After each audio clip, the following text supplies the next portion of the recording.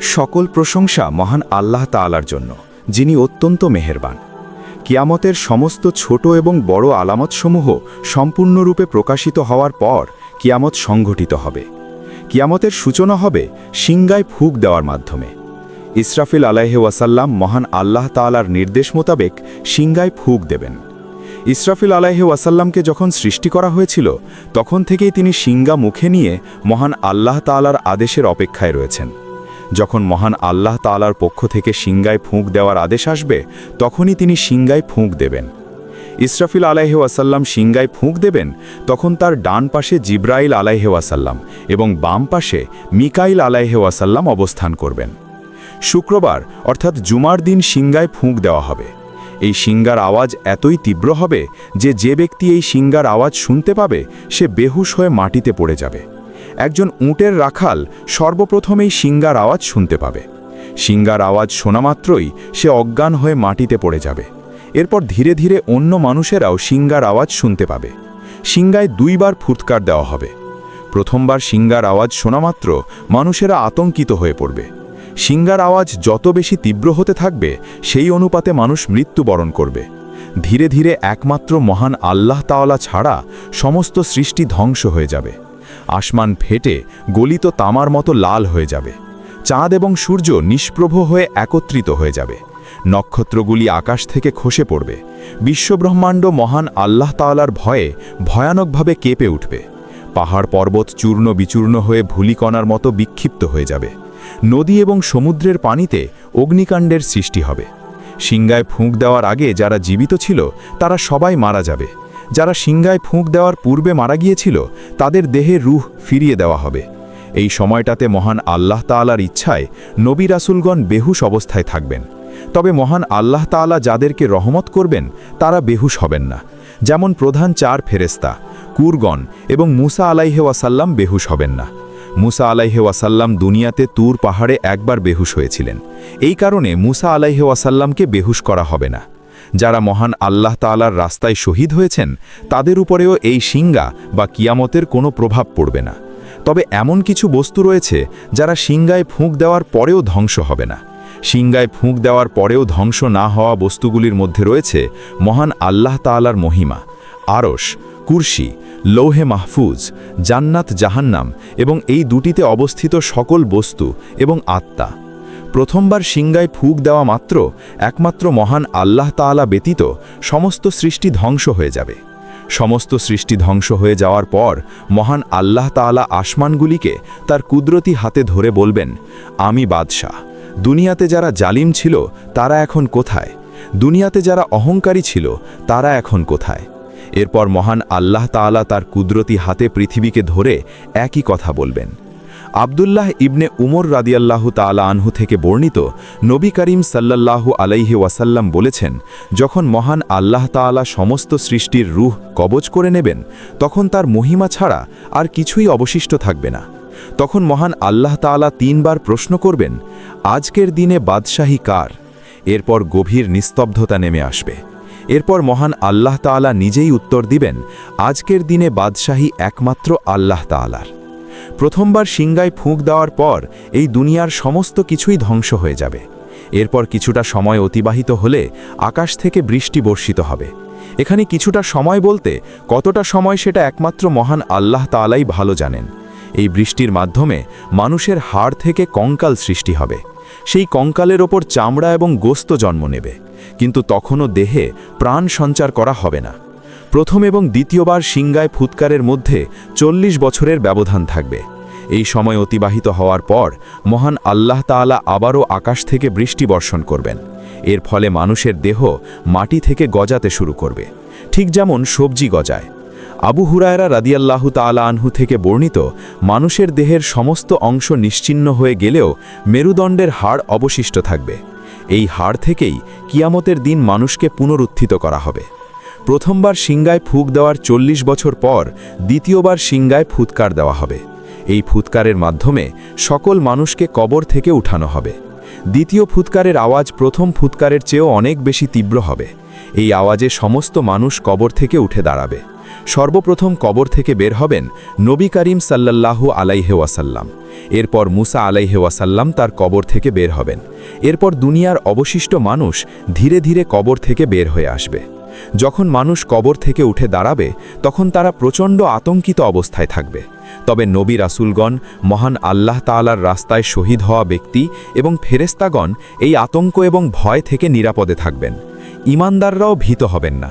যে ব্যক্তিকে কোনো পশু খেয়ে ফেলেছিল সেই ব্যক্তি উক্ত পশুর পেট থেকেই উঠে আসবে। যারা পানিতে ডুবে মারা গিয়েছিল তারা পানি থেকেই উঠে আসবে। যাদের দেহ পুড়িয়ে ছাই করে বাতাসে উড়িয়ে দেওয়া হয়েছিল তারা বাতাস থেকেই উঠে আসবে। মোট কথা, মানুষ তখন পঙ্গপালের মতো ছড়িয়ে পড়বে। মানুষের চোখ লজ্জা এবং আতঙ্কে নত হয়ে থাকবে। সেদিন সবাই উদ্ভ্রান্তের মতো আচরণ করবে এবং বলবে, কিয়ামতের এই দিন অত্যন্ত কঠিন। আম্মাজান আয়েশা সিদ্দিকা রাদিয়াল্লাহু তাআলা আনহা থেকে বর্ণিত, নবী করিম সাল্লাল্লাহু আলাইহি ওয়াসাল্লাম বলেছেন, কিয়ামতের দিন মানুষকে নগ্ন পায়ে, নগ্ন দেহে এবং খতনাবিহীন অবস্থায় একত্রিত করা হবে। তখন আম্মাজান আয়েশা রাদিয়াল্লাহু তাআলা আনহা বলছেন, হে আল্লাহর রাসূল সাল্লাল্লাহু আলাইহি ওয়াসাল্লাম সাল্লাল্লাহু আলাইহি ওয়াসাল্লাম, সেদিন নারী এবং পুরুষরা উভয় কি উলঙ্গ থাকবে? তখন নবী করিম সাল্লাল্লাহু আলাইহি ওয়াসাল্লাম উত্তরে বললেন, হে আয়েশা, সেই দিনটা এতই ভয়াবহ এবং কঠিন হবে যে কারো পক্ষে অন্যকে দেখার মতো সুযোগ থাকবে না। কিয়ামতের দিন কিছু মানুষকে বোবা, অন্ধ এবং বধির অবস্থায় উঠানো হবে। অন্ধ অবস্থায় ওঠা একজন ব্যক্তি বলবেন, হে আমার রব, আপনি আমাকে অন্ধ করে দিয়েছেন, আমি তো দুনিয়াতে অন্ধ ছিলাম না। তখন মহান আল্লাহ তাআলা বলবেন, তুমি যেইভাবে আমার আয়াতসমূহকে উপেক্ষা করেছিলে ঠিক সেইভাবে তুমিও উপেক্ষিত হবে। কবর থেকে বের হওয়ার পর মানুষ ভয় এবং আতঙ্কে উদ্ভ্রান্তের মতো পালিয়ে যেতে চেষ্টা করবে, কিন্তু লুকোনোর মতো কোনো স্থান খুঁজে পাবে না। প্রত্যেক মানুষকে দুইজন ফেরেশতা কবর থেকে বের হওয়া মাত্রই ধরে ফেলবে এবং হাসরের ময়দানের উদ্দেশ্যে নিয়ে যাবে। যে নারী দুনিয়াতে মৃতের জন্য বিলাপ এবং শোক প্রকাশ করত এবং মৃত্যুর পূর্বে তওবা না করেই ইন্তেকাল করেছিল, তাকে কবর থেকে গন্ধকের পোশাক পরিহিত অবস্থায় উঠানো হবে। উক্ত নারী চুলকিয়ে নিজের শরীরকে ক্ষতবিক্ষত করবে। অন্যদিকে কাফেরদেরকে কবর থেকে অপমান এবং লাঞ্ছনা সহকারে হাসরের ময়দানে নিয়ে যাওয়া হবে। কাফেররা প্রচণ্ড আতঙ্কে অস্থির হয়ে হিসাবের স্থানের উদ্দেশ্যে এগিয়ে যাবে। পক্ষান্তরে ঈমানদার ব্যক্তিদের দাড়ি এবং গোফবিহীন উজ্জ্বল চোখ বিশিষ্ট ৩০ বছরের যুবকের মতো কবর থেকে উঠানো হবে। প্রত্যেক ব্যক্তিকে কিয়ামতের দিন তার মৃত্যুর সময়কার অবস্থা এবং নিয়ত অনুসারে উঠানো হবে। যে ব্যক্তি আল্লাহ তাআলার রাস্তায় জখম হয়ে মারা গিয়েছিল, কিয়ামতের দিন তাকে ওই একই অবস্থায় উঠানো হবে। সেই ব্যক্তির ক্ষতস্থান থেকে রক্ত বের হতে থাকবে, কিন্তু সেই রক্ত থেকে কস্তুরীর সুগন্ধ বের হবে। যে ব্যক্তি হজের ইহরাম বাঁধা অবস্থায় মৃত্যুবরণ করেছিল, সে কবর থেকে তালবিয়া পাঠ করতে করতে উঠে আসবে। সমস্ত মানুষ নগ্ন পায়ে এবং নগ্ন দেহে একত্রিত হবে। সর্বপ্রথম ইব্রাহিম আলাইহিসসালামকে জান্নাতের পোশাক পরানো হবে। ইব্রাহিম আলাইহিসসালামের সম্মানে একটি সিংহাসন মহান আল্লাহ তাআলার আরশের ডান পাশে রাখা হবে। যখন ইব্রাহিম আলাইহিসসালামকে নমরুদের আগুনে নিক্ষেপ করা হয়েছিল, তখন ইব্রাহিম আলাইহিসসালামের কাপড় খুলে নেওয়া হয়েছিল। তাই কিয়ামতের দিন ইব্রাহিম আলাইহিসসালামকে সর্বপ্রথম পোশাক পরানো হবে। এরপর সমগ্র সৃষ্টির ইমাম এবং নবীকুলের শিরোমণি মুহাম্মদ সাল্লাল্লাহু আলাইহি ওয়াসাল্লামের জন্য জান্নাত থেকে বিশেষ পোশাক আনা হবে। এই পোশাক শুধুমাত্র নবী করিম সাল্লাল্লাহু আলাইহি ওয়াসাল্লামকেই পরানো হবে।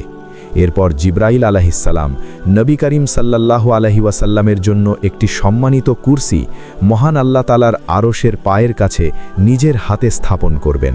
হাসরের ময়দানে মানুষকে বিভিন্ন রকমভাবে উপস্থিত করা হবে। নবী করিম সাল্লাল্লাহু আলাইহি ওয়াসাল্লাম বলেছেন, মানুষকে ৩টি দলে বিভক্ত করে হাসরের ময়দানে একত্রিত করা হবে। এই ৩ দলের মধ্যে প্রথম দলে এমন মানুষ থাকবে যারা সর্বদা জান্নাতে যেতে চাইত। দ্বিতীয় দলের মানুষেরা জাহান্নামকে ভয় পেত। এই ২ দলই মুসলিমদের দল হবে। তাদের মধ্যে কেউ কেউ একটি উঁটে ২ জন সোয়ার হয়ে হাসরের ময়দানে উপস্থিত হবে।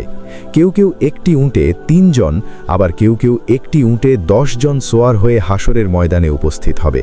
অন্যদিকে কাফেরদেরকে অপমান এবং লাঞ্ছনা সহকারে হাসরের ময়দানে নিয়ে যাওয়া হবে। পথে যেখানেই তারা ক্লান্ত হয়ে বিশ্রাম নেওয়ার চেষ্টা করবে, সেখানেই তাদেরকে চরম অপমান এবং লাঞ্ছিত করা হবে। যখন তারা আবারও পথ চলতে শুরু করবে, তখনও তারা অপমান এবং লাঞ্ছনার শিকার হবে। কিছু মানুষ অন্ধ এবং বধির না হওয়া সত্ত্বেও মুখের উপর ভর দিয়ে হাসরের ময়দানে উপস্থিত হবে। একটি রেওয়ায়াতে বলা হয়েছে সিরিয়া অঞ্চলই হচ্ছে হাসরের ময়দান, আরেকটি রেওয়ায়াতে বলা হয়েছে আরাফাতের ময়দানই হবে হাসরের ময়দান। আনাস ইবনে মালিক রাদিয়াল্লাহু তাআলা আনহু থেকে বর্ণিত, এক ব্যক্তি নবী করিম সাল্লাল্লাহু আলাইহি ওয়াসাল্লামকে উদ্দেশ্য করে বলল, হে আল্লাহর রাসূল সাল্লাল্লাহু আলাইহি ওয়াসাল্লাম, কাফেরদেরকে মুখের উপর ভর দিয়ে কিভাবে হাঁটানো হবে? তখন নবী করিম সাল্লাল্লাহু আলাইহি ওয়াসাল্লাম বললেন, যে সত্তা মানুষকে দুই পায়ে হাঁটানোর ক্ষমতা রাখে, সে কি মানুষকে মুখের উপর ভর দিয়ে হাঁটানোর ক্ষমতা রাখে না? কাতাদা রাদিয়াল্লাহু তাআলা আনহু বলেন, আমার রবের ইজ্জতের কসম, নিশ্চয়ই আমার রব এই কাজে সক্ষম। কিছু মানুষকে ফেরেশতারা টেনে হিসড়ে হাসরের ময়দানে নিয়ে যাবে। মহান আল্লাহ তাআলা হাসরের ময়দানে সমস্ত সৃষ্টিকে এমনভাবে একত্রিত করবেন যে একটি প্রাণীও অবশিষ্ট থাকবে না। হাসরের ময়দানের জমিন এবং আসমানকে নতুনভাবে সৃষ্টি করা হবে।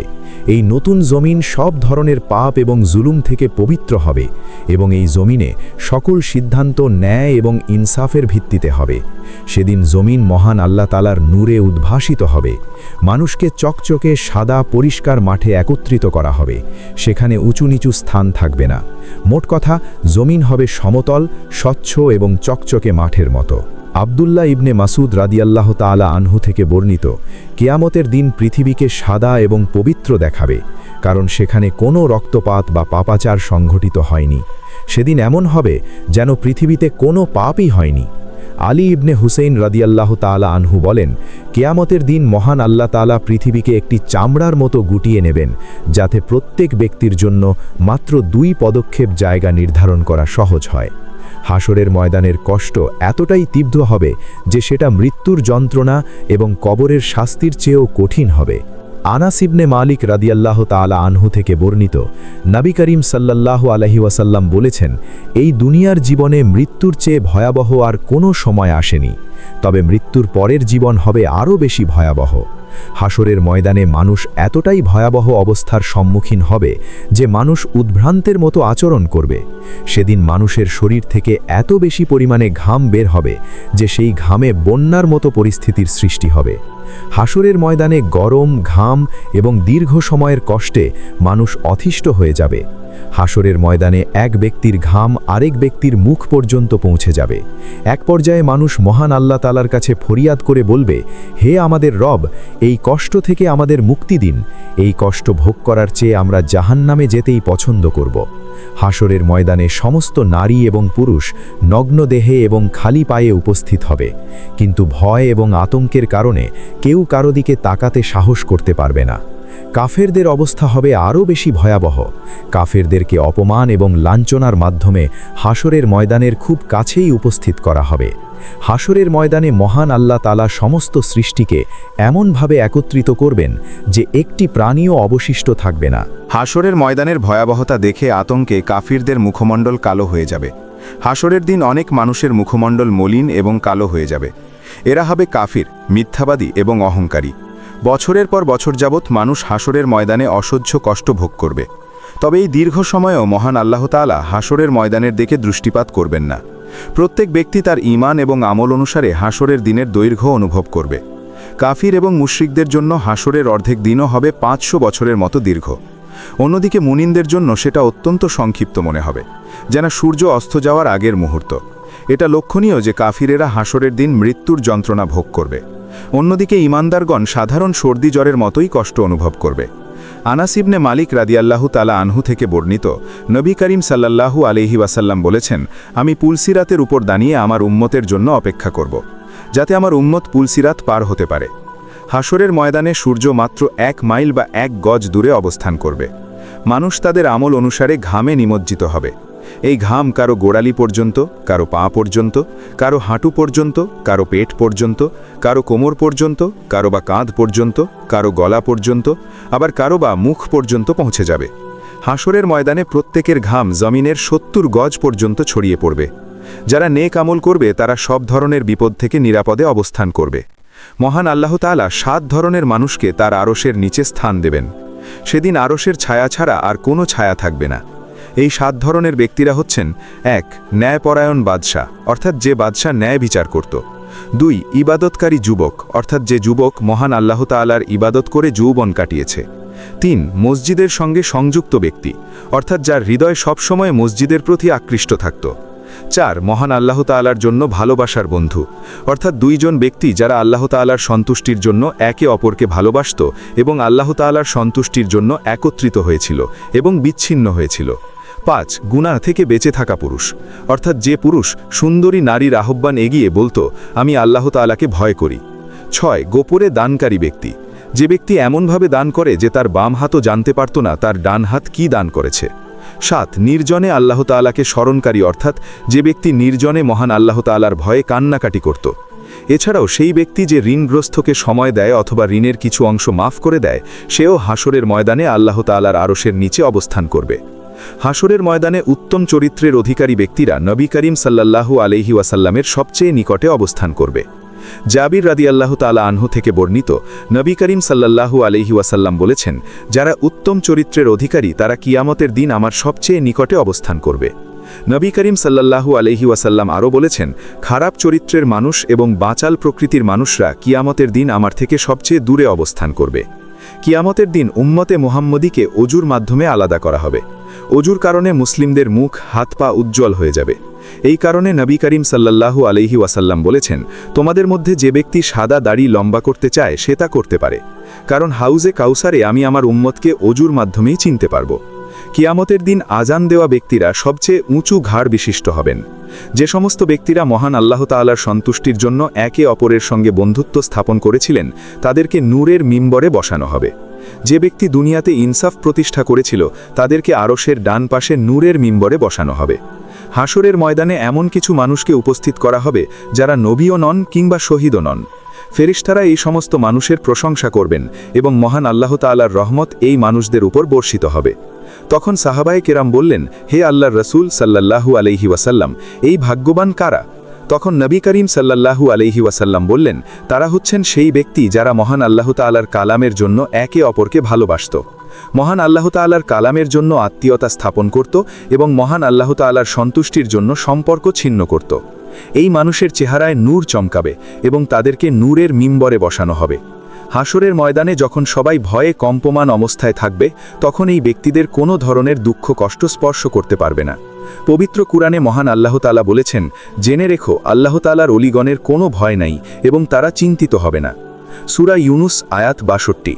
যে ব্যক্তি দুনিয়াতে প্রতিশোধ নেওয়ার ক্ষমতা থাকার পরেও ধৈর্য ধারণ করেছিল এবং রাগ নিয়ন্ত্রণ করত, কিয়ামতের দিন মহান আল্লাহ তাআলা তাদেরকে বিশেষভাবে সম্মানিত করবেন। কিয়ামতের দিন মহান আল্লাহ তাআলা এই মানুষদেরকে সমস্ত সৃষ্টির সামনে সম্মানিতভাবে উপস্থাপন করবেন এবং হুরদের মধ্য থেকে যাকে ইচ্ছা বেছে নেওয়ার অধিকার দেবেন। দুনিয়াতে যে ব্যক্তি কোনো মুমিনের কষ্ট বা সমস্যা দূর করত, মহান আল্লাহ তাআলা সেই ব্যক্তির কষ্ট দূর করে দেবেন। যে ব্যক্তি ঋণগ্রস্তকে সময় দিত কিংবা ঋণের কিছু অংশ মাফ করে দিত, মহান আল্লাহ তাআলা সেই ব্যক্তির জন্য দুনিয়া এবং আখেরাতকে সহজ করে দেবেন। যে ব্যক্তি কোনো মুসলিম ব্যক্তির দোষ গোপন রাখত, মহান আল্লাহ তাআলা দুনিয়া এবং আখেরাতে সেই ব্যক্তির দোষ গোপন রাখবেন। অন্যদিকে যে ব্যক্তি সোনা রূপার মালিক হয়েও সোনা রূপার জাকাত আদায় করে না, কিয়ামতের দিন তার জন্য ভয়াবহ শাস্তি প্রস্তুত থাকবে।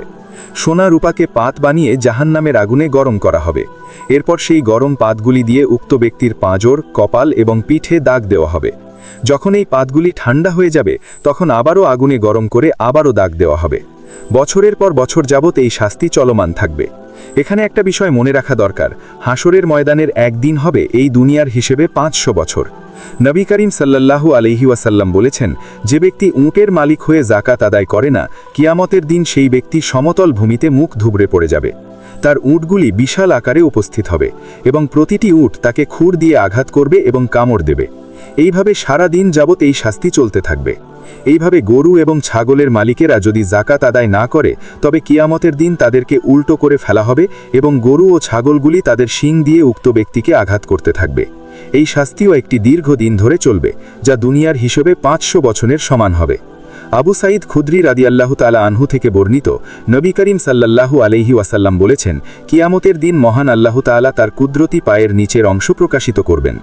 তখন দুনিয়াতে যারা মহান আল্লাহ তাআলার সন্তুষ্টির উদ্দেশ্যে আল্লাহ তাআলাকে সাজদা করত, তাদেরকে মহান আল্লাহ তাআলাকে সাজদা করার তৌফিক দেওয়া হবে এবং তারা সাজদায় পড়ে যাবে। কিন্তু যেই সমস্ত মানুষ লোক দেখানো সাজদা করত তাদের পিঠকে শক্ত তক্তার মতো করে দেওয়া হবে। ফলে যখন তারা সেজদা করতে চাইবে তখন তারা মাটিতে পড়ে যাবে এবং সেজদা করতে পারবে না। কিয়ামতের দিন নিহত ব্যক্তি তার হত্যাকারীকে নিয়ে উপস্থিত হবে। নিহত ব্যক্তি বলবে, হে আমার রব, এই ব্যক্তি আমাকে হত্যা করেছিল। এরপর সেই নিহত ব্যক্তি তার হত্যাকারীকে নিয়ে মহান আল্লাহ তাআলার আরশের উদ্দেশ্যে রওনা দেবে। এই হাদিসগুলি থেকে আমরা শিখতে পারি ধৈর্য, দয়া, গোপনীয়তা রক্ষা এবং জাকাত আদায় করার মতো ইবাদতগুলির গুরুত্ব অপরিসীম। অন্যদিকে জাকাত না দেওয়া, অহংকার করা বা লোক দেখানো ইবাদত করার পরিণতি অত্যন্ত ভয়াবহ। আমাদের উচিত মহান আল্লাহ তাআলার আদেশ নিষেধ মেনে চলা এবং আখেরাতের জন্য প্রস্তুতি নেওয়া। দুনিয়াতে অন্যায়ভাবে জমি দখলকারী ব্যক্তি সম্পর্কে বলা হয়েছে, কিয়ামতের দিন অন্যায়ভাবে জমি দখলকারী ব্যক্তির গলায় 7 জমিন পর্যন্ত সেই জমির অংশ ঝুলিয়ে দেওয়া হবে। এটা হবে সেই ব্যক্তির জন্য একটি ভয়াবহ শাস্তি। কিয়ামতের দিন সুদখোরদের অবস্থা হবে অত্যন্ত শোচনীয়। তাদের অবস্থা এমন হবে যেন শয়তান তাদেরকে স্পর্শ করে পাগল বানিয়ে দিয়েছে। কিয়ামতের দিন তাদেরকে পিঁপড়ার মতো ছোট আকৃতিতে একত্রিত করা হবে। তাদেরকে নিদারুণ লাঞ্ছনা এবং অপমানের শিকার হতে হবে। সুদখোর মানুষদেরকে জাহান্নামের একটি বিশেষ কক্ষে নিক্ষেপ করা হবে। এই বিশেষ কক্ষের নাম হবে পোলাস। সেখানে ভয়ানক আগুন সুদখোরদের ঘিরে ধরবে এবং তাদেরকে জাহান্নামের পুঞ্জ ও রক্ত পান করানো হবে, যা 3 তুল খাবা নামে পরিচিত। যে ব্যক্তি দুনিয়াতে 10 বা তার বেশি মানুষের দায়িত্বে ছিল, কিয়ামতের দিন তার হাত গলার সঙ্গে শেকলের মতো করে বেঁধে দেওয়া হবে। উক্ত ব্যক্তির নেক আমল তাকে মুক্তি দিতে সক্ষম হবে, অন্যথায় তার গুনাহ তাকে ধ্বংস করে দেবে। অঙ্গীকার ভঙ্গকারীদেরকে হাসরের মাঠে উপস্থিত করা হবে এবং তাদের পিঠে অঙ্গীকার ভঙ্গের পরিমাণ অনুসারে ছোট বড় পতাকা লাগানো হবে। এটাই হবে তাদের অঙ্গীকার ভঙ্গের জন্য একটি প্রকাশ্য শাস্তি।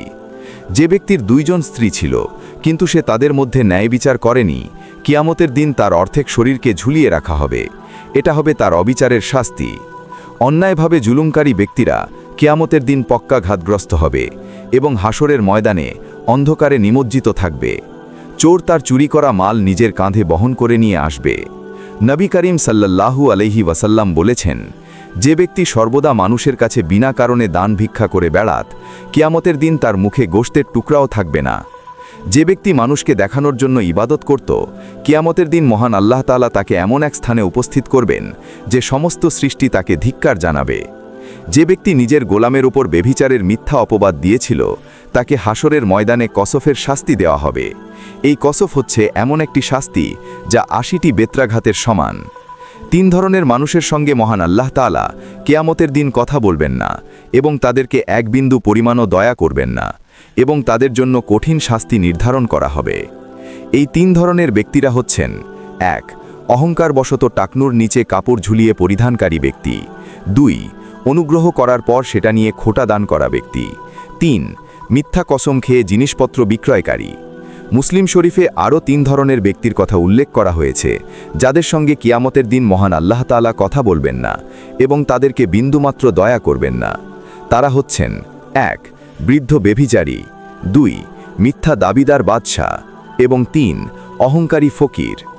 নবী করিম সাল্লাল্লাহু আলাইহি ওয়াসাল্লাম বলেছেন, কিয়ামতের দিন মহান আল্লাহ তাআলা 3 ধরনের মানুষদেরকে তিরস্কার করবেন। প্রথমত, পিতামাতার অবাধ্য সন্তান। দ্বিতীয়ত, যেই নারী পুরুষের মতো সাজগোজ করে এবং পুরুষের বৈশিষ্ট্য গ্রহণ করে। তৃতীয়ত, যেই নারী অপর পুরুষের সামনে বেপর্দাভাবে চলাফেরা করে এবং তার মধ্যে কোনো লজ্জা বা অনুভূতি নেই। আবু সাঈদ খুদরি রাদিয়াল্লাহু তাআলা আনহু থেকে বর্ণিত, নবী করিম সাল্লাল্লাহু আলাইহি ওয়াসাল্লাম বলেছেন, কিয়ামতের দিন একজন ফেরেশতা ঘোষণা করে বলবেন, সমস্ত মানুষ নিজের উপাস্যের অনুসরণ করুক। তখন ঈমানদার ব্যক্তিগণ ছাড়া অন্যান্য উপাস্যদের পূজারীরা সবাই জাহান্নামে চলে যাবে, কারণ তাদের উপাস্যরা জাহান্নামেই থাকবে। শুধুমাত্র নেককার এবং গুনাহগার মুসলিমরাই অবশিষ্ট থাকবে।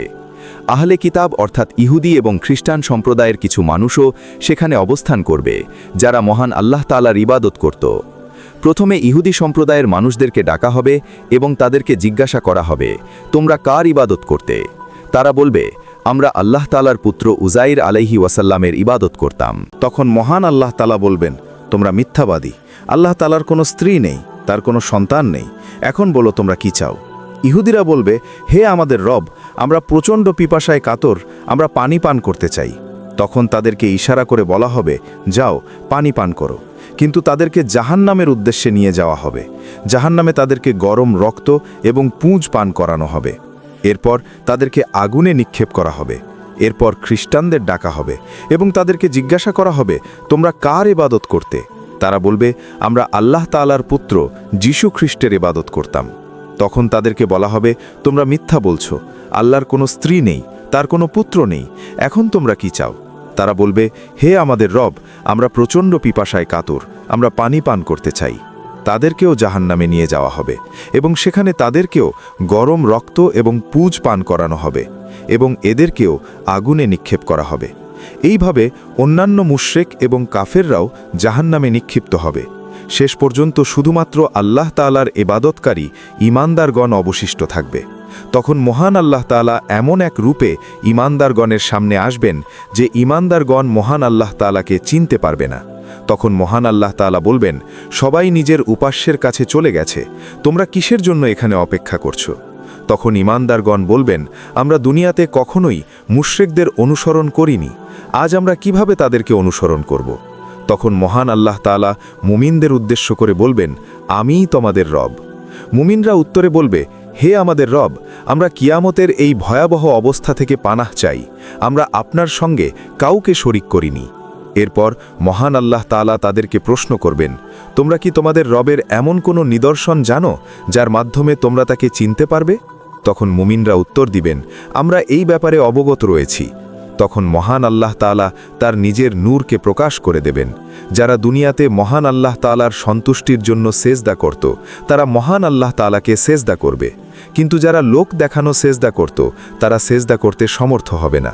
তারা সেজদা করতে চাইবে কিন্তু সেজদা করতে পারবে না।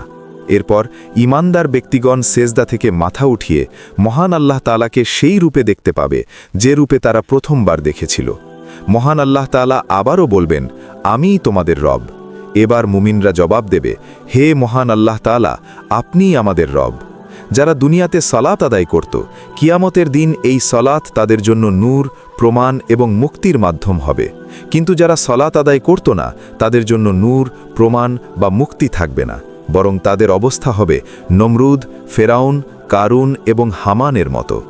হাসরের ময়দানে প্রত্যেক ব্যক্তি নিজ নিজ নবীর সঙ্গে অবস্থান করবে। এর মধ্যে সর্বাধিক সংখ্যক মানুষ নবী করিম সাল্লাল্লাহু আলাইহি ওয়াসাল্লামের সঙ্গে অবস্থান করবেন।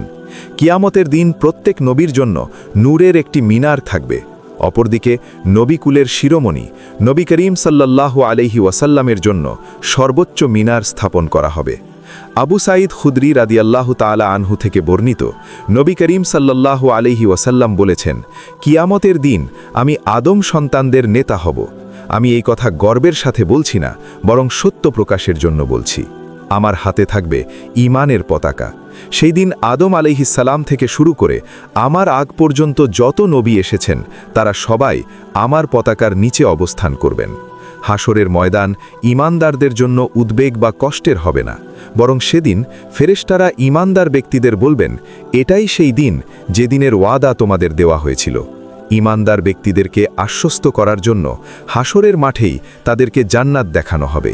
ঈমানদার ব্যক্তিগণের চেহারা উজ্জ্বল হবে এবং তারা আনন্দিত অবস্থায় থাকবে। তাদের জন্য নূরের মেঘমালা স্থাপন করা হবে। সেই দিনটা ঈমানদার ব্যক্তিদের জন্য মোটেও দীর্ঘ মনে হবে না, বরং মুহূর্তের মতো সংক্ষিপ্ত মনে হবে। মহাবিচার শুরু হওয়ার পূর্বে আকাশ বিদীর্ণ হবে এবং পরিবেশে মেঘমালা ছড়িয়ে পড়বে। মহান আল্লাহ তাআলা ফেরেশতাদের একটি বিশাল বাহিনী নিয়ে হাসরের ময়দানে অবতরণ করবেন। 8 জন ফেরেশতা মহান আল্লাহ তাআলার কুদরতি সিংহাসন বহন করবেন। অসংখ্য ফেরেশতা সারিবদ্ধভাবে উপস্থিত থাকবে। নবী করিম সাল্লাল্লাহু আলাইহি ওয়াসাল্লাম নিজের উম্মতের জন্য সাক্ষ্য দেবেন এবং সুপারিশ করবেন। অন্যান্য নবীগণও মহান আল্লাহ তাআলার বাণী তার উম্মতের কাছে পৌঁছে দেওয়ার ব্যাপারে সাক্ষ্য দেবেন। যদি সেই নবীদের উম্মত নবীদেরকে মিথ্যাবাদী বলার চেষ্টা করে, তবে মুসলিমগণ সাক্ষ্য দিয়ে বলবেন, হে আমাদের রব, অমুক মিথ্যা সাক্ষ্য দিচ্ছে, অমুক নবী মিথ্যাবাদী নন, তিনি সত্যই আপনার বাণী পৌঁছে দিয়েছিলেন। আবু সাঈদ খুদরি রাদিয়াল্লাহু তাআলা আনহু থেকে বর্ণিত, নবী করিম সাল্লাল্লাহু আলাইহি ওয়াসাল্লাম বলেছেন, কিয়ামতের দিন নূহ আলাইহিস সালামকে ডাকা হবে। তিনি বলবেন, হে আমার রব, আপনার গোলাম হাজির। মহান আল্লাহ তাআলা বলবেন, হে নূহ, তুমি কি তোমার জাতিকে আমার পথে আহ্বান করেছিলে? তখন নূহ আলাইহিসসালাম বলবেন, হে আমার রব, আমি আমার জাতিকে বছরের পর বছর যাবৎ আহ্বান করেছিলাম। এরপর নূহ আলাইহিসসালামের উম্মতকে জিজ্ঞাসা করা হবে, নূহ কি তোমাদের আল্লাহ তাআলার পথে আহ্বান করেছিল? তারা বলবেন, নূহ আমাদেরকে সতর্ক করে নাই। তখন মহান আল্লাহ তাআলা নূহ আলাইহিসসালামকে বলবেন, হে নূহ, তুমি যে তোমার জাতিকে সতর্ক করেছিলে, এই ব্যাপারে তোমার কি কোনো সাক্ষী আছে? নূহ আলাইহিসসালাম বলবেন, হে আমার রব, মুহাম্মদ সাল্লাল্লাহু আলাইহি ওয়াসাল্লাম এবং তার উম্মতেরা হচ্ছে আমার সাক্ষী। এরপর উম্মতে মুহাম্মাদিরা সাক্ষ্য দেবেন, নূহ আলাইহিসসালাম অবশ্যই তার উম্মতকে জাহান্নামের ব্যাপারে সতর্ক করেছিলেন। এছাড়া ফেরেশতাগণ, নবীগণ, অলিগণ, সৎকর্মশীল লোকেরা এবং শহীদগণও মহান আল্লাহ তাআলার আদালতে সাক্ষ্য দেবেন।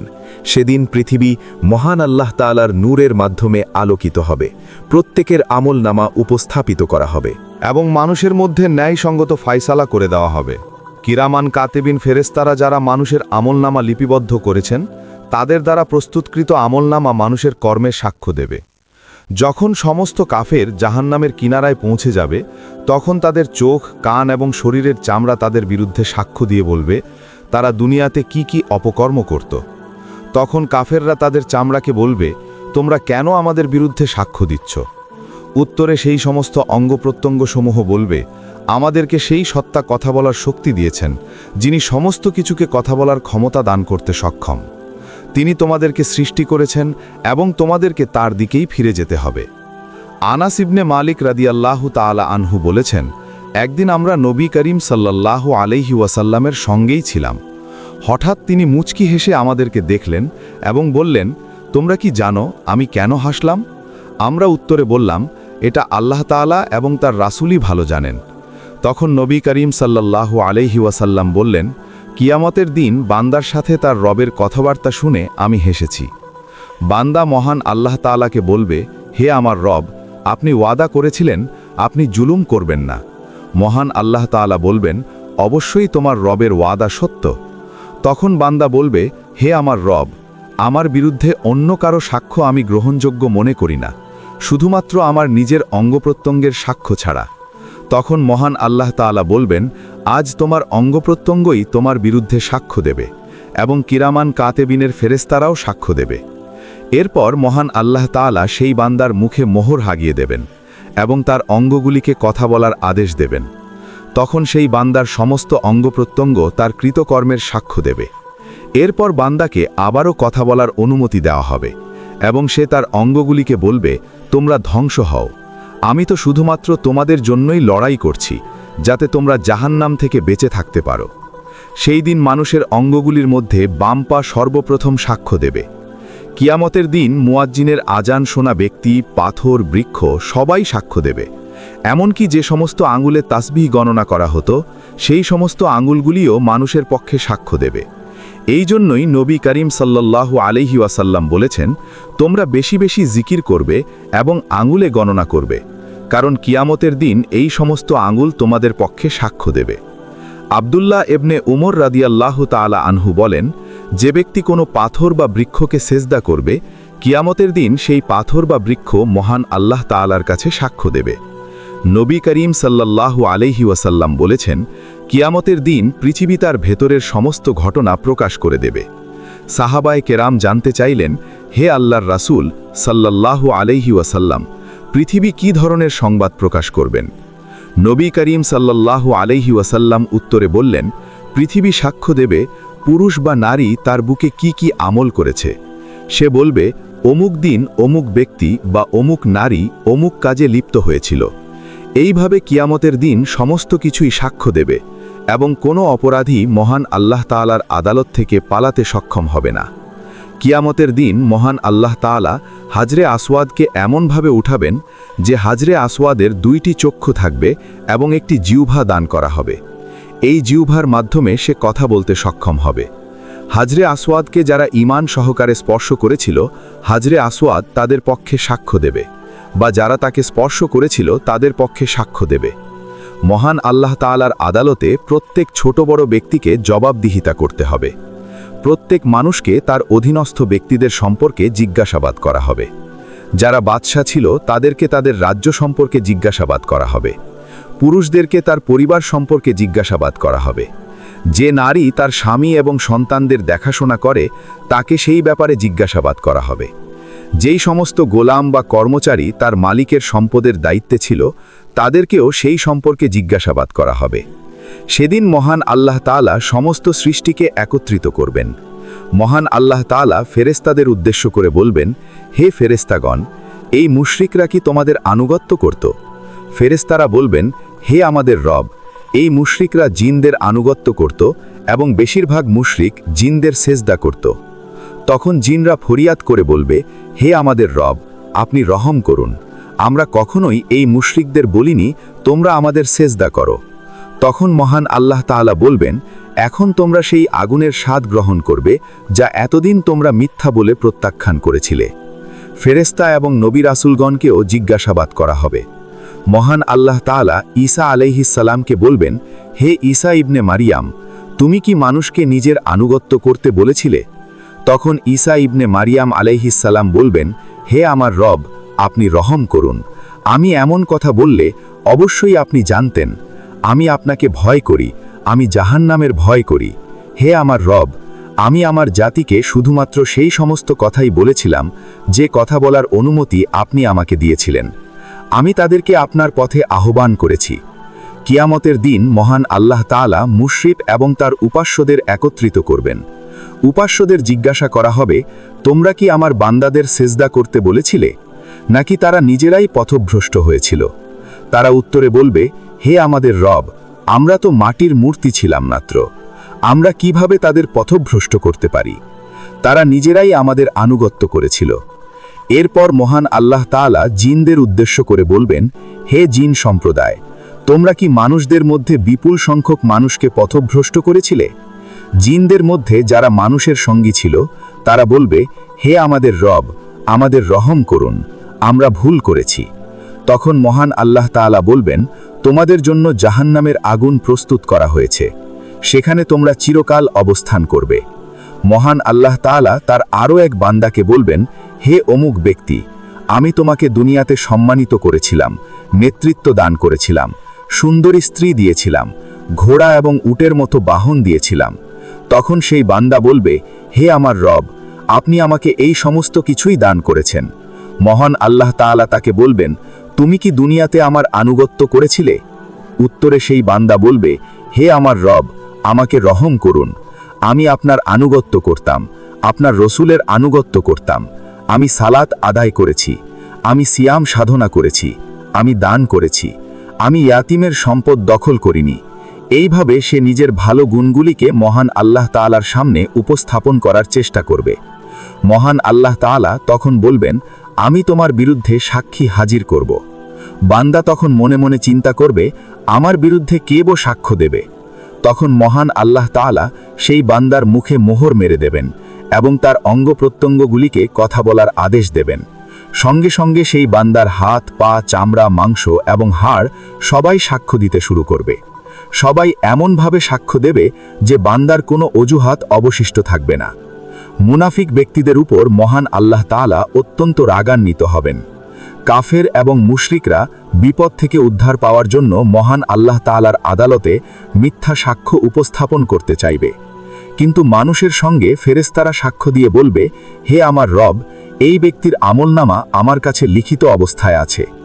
তখন মহান আল্লাহ তাআলা সেই লিখিত আমল আদালতে হাজির করতে বলবেন। এরপর এই সমস্ত ব্যক্তিকে জাহান্নামে নিক্ষেপ করা হবে। হাসরের ময়দানে নবী রাসূলগণকে একটি করে হাউজ দান করা হবে। এই হাউজের পানি থেকে তাদের উম্মতরা পানি পান করবে। হাউজে কাউসারের পানি সর্বপ্রথম নবী করিম সাল্লাল্লাহু আলাইহি ওয়াসাল্লাম নিজে পান করবেন। একদিন একজন ব্যক্তি নবী করিম সাল্লাল্লাহু আলাইহি ওয়াসাল্লামকে বললেন, হে আল্লাহর রাসূল সাল্লাল্লাহু আলাইহি ওয়াসাল্লাম, এই হাউজে কাউসার কেমন হবে? নবী করিম সাল্লাল্লাহু আলাইহি ওয়াসাল্লাম উত্তরে বললেন, এই হাউজের এক প্রান্ত ইয়েমেনের রাজধানী থেকে বর্ষ পর্যন্ত দূরত্বের সমান হবে। মহান আল্লাহ তাআলা এই হাউজ থেকে একটি নহর প্রবাহিত করবেন, যার উৎস সম্পর্কে কোনো মানুষ জানে না। নবী করিম সাল্লাল্লাহু আলাইহি ওয়াসাল্লাম আরও বললেন, এই হাউজের চারপাশে ফকির এবং মুহাজির ব্যক্তিদের ভিড় হবে। এবং যারা মহান আল্লাহ তাআলার রাস্তায় শহীদ হয়েছেন তারাও এই হাউজের আশেপাশেই থাকবেন। আমি আশা করছি মহান আল্লাহ তাআলা সেই নহরটিকে আমার নিকটে পৌঁছে দেবেন, যাতে আমি সর্বপ্রথম সেই হাউস থেকে পানি পান করতে পারি। সাউবান রাদিয়াল্লাহু তাআলা আনহু থেকে বর্ণিত, নবী করিম সাল্লাল্লাহু আলাইহি ওয়াসাল্লাম বলেছেন, আমার হাউজে সর্বপ্রথম যারা আসবে তারা হবে ফকির এবং মুহাজির, যাদের পরনে ময়লা কাপড় থাকবে, যারা ধনী মহিলাদের বিবাহ করার সামর্থ্য রাখে না। হাউজে কাউসারের পানি হবে কস্তুরীর চেয়েও সুগন্ধযুক্ত, মধুর চেয়েও মিষ্টি, বরফের চেয়েও ঠান্ডা এবং দুধের চেয়েও সাদা। যে ব্যক্তি একবার এই পানি পান করবে সে আর কখনোই পিপাসার্থ হবে না, আর যে ব্যক্তি এই পানি থেকে বঞ্চিত হবে তার মুখমণ্ডল কখনো উজ্জ্বল হবে না। এই হাউজে কাউসারে সোনা এবং রূপার তৈরি পেয়ালা থাকবে, যার সংখ্যা হবে আকাশের নক্ষত্রের মতোই অগণিত। এই হাউজের এক প্রান্ত মদিনা থেকে ওমানের মধ্যবর্তী দূরত্বের সমান, যা প্রায় 1000 কিলোমিটার পর্যন্ত বিস্তৃত। নবী করিম সাল্লাল্লাহু আলাইহি ওয়াসাল্লাম বলেছেন, কসম সেই সত্তার যার হাতে আমার জীবন, আমি হাউস থেকে অমুসলিমদের এমনভাবে দূরে সরিয়ে দেব যেমন একজন উটের মালিক অন্যান্য উটগুলিকে দূরে সরিয়ে দেয়। জিজ্ঞাসা করা হলো, হে আল্লাহর রসুল সাল্লাল্লাহু আলাইহি ওয়াসাল্লাম, আপনি কি আমাদের চিনতে পারবেন? নবী করিম সাল্লাল্লাহু আলাইহি ওয়াসাল্লাম উত্তরে বললেন, যখন তোমরা আমার কাছে আসবে তখন তোমাদের অজুর কারণে তোমাদের হাত পা এবং মুখমণ্ডল উজ্জ্বল থাকবে। অন্য কোনো উম্মাতের মধ্যেও এমন বৈশিষ্ট্য থাকবে না। আবু হুরায়রা রাদিয়াল্লাহু তাআলা আনহু থেকে বর্ণিত, নবী করিম সাল্লাল্লাহু আলাইহি ওয়াসাল্লাম বলেছেন, আমি হাউজে কাউসারের ওপর দাঁড়িয়ে থাকব। তখন একদল মানুষ আমার সামনে আসবে, আমি তাদেরকে চিনতে পারব যে এরাই আমার উম্মত। তখন আমার এবং তাদের মাঝে একজন ব্যক্তি আবির্ভূত হবে, সে হবে মহান আল্লাহ তাআলার একজন ফেরেশতা। সে ওই দলকে বলবে, তোমরা সকলেই আমার সঙ্গে যাবে। আমি জিজ্ঞাসা করব তাদেরকে কোথায় নিয়ে যাচ্ছ? সে বলবে, আমি এদেরকে জাহান্নামে নিয়ে যাব। আমি জিজ্ঞাসা করব এদের অপরাধ কি? সে উত্তর দেবে, আপনার পর তারা দ্বীন ইসলাম থেকে সরে গিয়েছিল। এরপর আরেক দল উপস্থিত হবে, এমনকি আমি তাদেরকেও চিনতে পারব। তখন আমার এবং তাদের মধ্যে আরও একজন ব্যক্তি উপস্থিত হয়ে বলবে, হে দল, তোমরা আমার সঙ্গে চলো। তখন ওই ব্যক্তি তাদেরকে হাউজে কাউসার থেকে সরিয়ে নেবে। আমি বলবো, এদেরকে নিয়ে কোথায় যাচ্ছ? তখন সে বলবে, মহান আল্লাহ তাআলার কসম, আমি এদেরকে নিয়ে জাহান্নামে যাব। আমি জিজ্ঞাসা করব এদের অপরাধ কি? সে বলবে, এই লোকেরা আপনার পর ইসলাম থেকে দূরে সরে গিয়েছিল। মিথ্যাবাদী এবং জালিম শাসকদেরকেও হাউজে কাউসার থেকে বঞ্চিত করা হবে। হাসরে দীর্ঘ সময় যাবৎ ক্ষুধা, তৃষ্ণা, তীব্র গরম এবং দুর্গন্ধযুক্ত ঘামের কারণে ক্লান্ত হয়ে লোকেরা বারবার নবী রাসূলগণের কাছে ফরিয়াদ করে বলবে, তারা যেন মহান আল্লাহ তাআলার কাছে হিসাব নিকাশ শুরু করার জন্য সুপারিশ করেন। সকল নবী রাসূলগণ সুপারিশ করতে অস্বীকার করবে।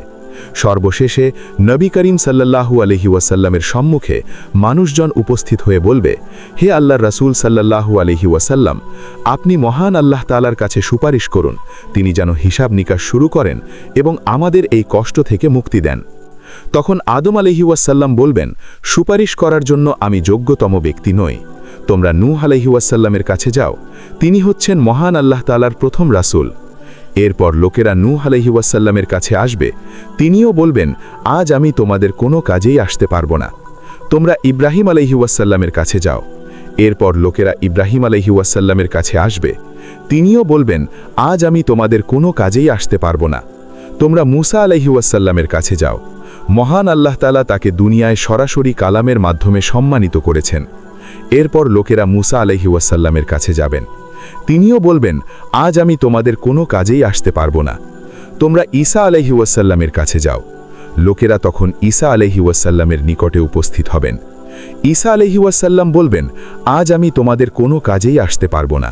তোমরা মুহাম্মদ সাল্লাল্লাহু আলাইহি ওয়াসাল্লামের দরবারে উপস্থিত হও। অবশেষে লোকেরা মুহাম্মদ সাল্লাল্লাহু আলাইহি ওয়াসাল্লামের দরবারে উপস্থিত হবেন। নবী করিম সাল্লাল্লাহু আলাইহি ওয়াসাল্লাম মহান আল্লাহ তাআলার দরবারে সুপারিশের অনুমতি চাইবেন এবং মহান আল্লাহ তাআলায় সেজদায় পড়ে যাবেন। এই সেজদায় কত সময় অতিবাহিত হবে সেটা একমাত্র মহান আল্লাহ তাআলাই ভালো জানেন।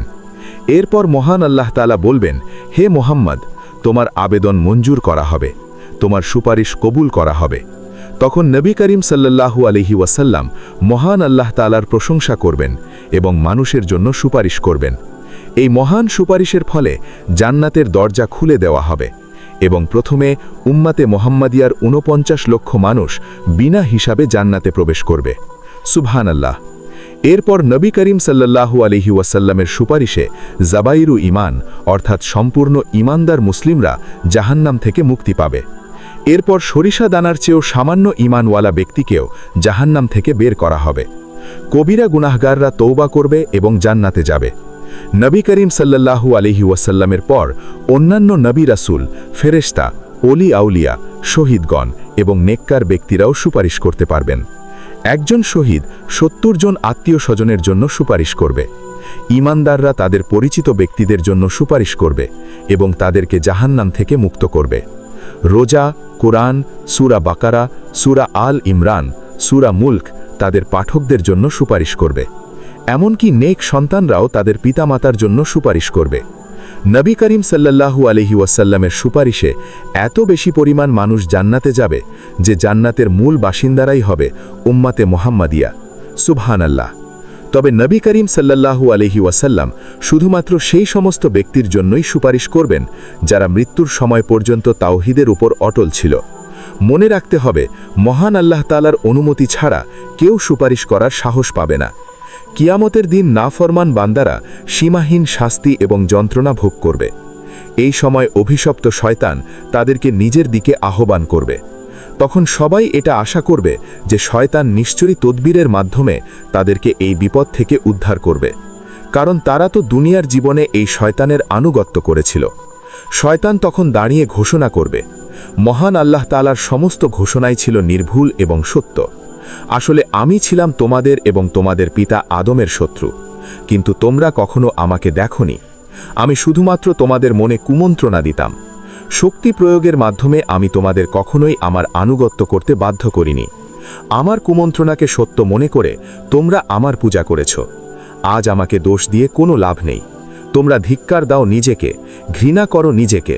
আর একটা কথা স্পষ্টভাবে জেনে রাখো, তোমাদেরকে সাহায্য করার ক্ষমতা আমার আগেও ছিল না এবং এখনও নেই। শয়তানের এই ভাষণ শুনে সবাই শয়তানকে অভিশাপ দেবে এবং সবাই চেষ্টা করবে একে অপরের ওপর দোষ চাপিয়ে বিপদ থেকে উদ্ধার পেতে, কিন্তু এই সমস্ত কৌশল সেখানে কোনো কাজেই আসবে না। এরপর ফেরেশতাগণ কাফের এবং মুশরিকদেরকে টেনে হিসড়ে অপদস্থ করার মাধ্যমে জাহান্নামে নিক্ষেপ করবেন।